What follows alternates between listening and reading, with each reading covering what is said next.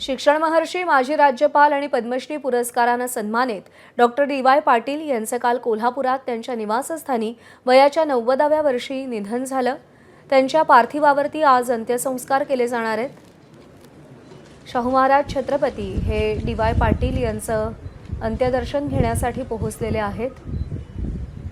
महायुतीच्या आणि महाविकास आघाडीच्या नेत्यांनी कालपासून अंतिम दर्शन घेतलंय। डी.वाय. पाटील यांच्या निधनानं शिक्षण, सामाजिक आणि राजकीय क्षेत्रावर शोककळा पसरली आहे।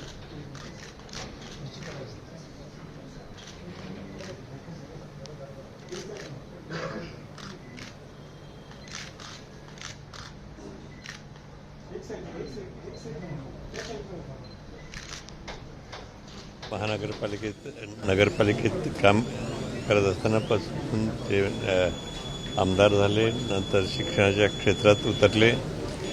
तर सगळीकडे जिथं जिथं गेले तर चांगलं काम केलं त्यांनी। कोल्हापूरमध्ये असो किंवा पुण्यात असो किंवा मुंबईत जे मुलं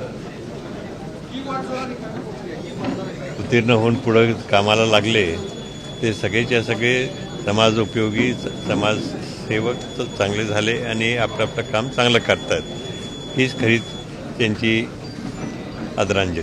डी.वाय. दादांचे आणि माझे संबंध देखील राजकारणाच्या पलीकडचे होते, अतिशय कौटुंबिक होते।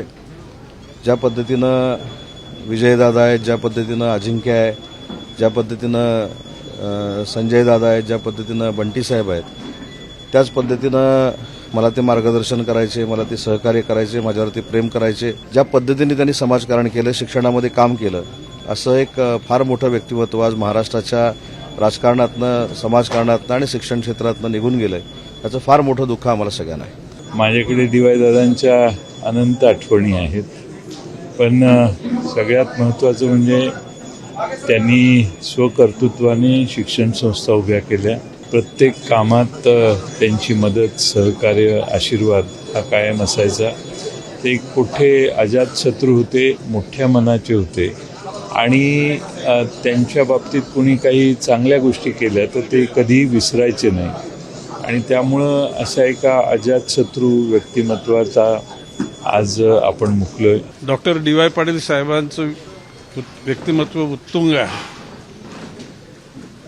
अतिशय श्रमानं आणि आपुलकीच्या भावनेनं लोकांना त्यांनी प्रेम दिलं आणि म्हणून आज संपूर्ण महाराष्ट्र हळहळतोय। डॉक्टर डी.वाय. पाटील साहेबांच्या आठवणी कायम राहतील।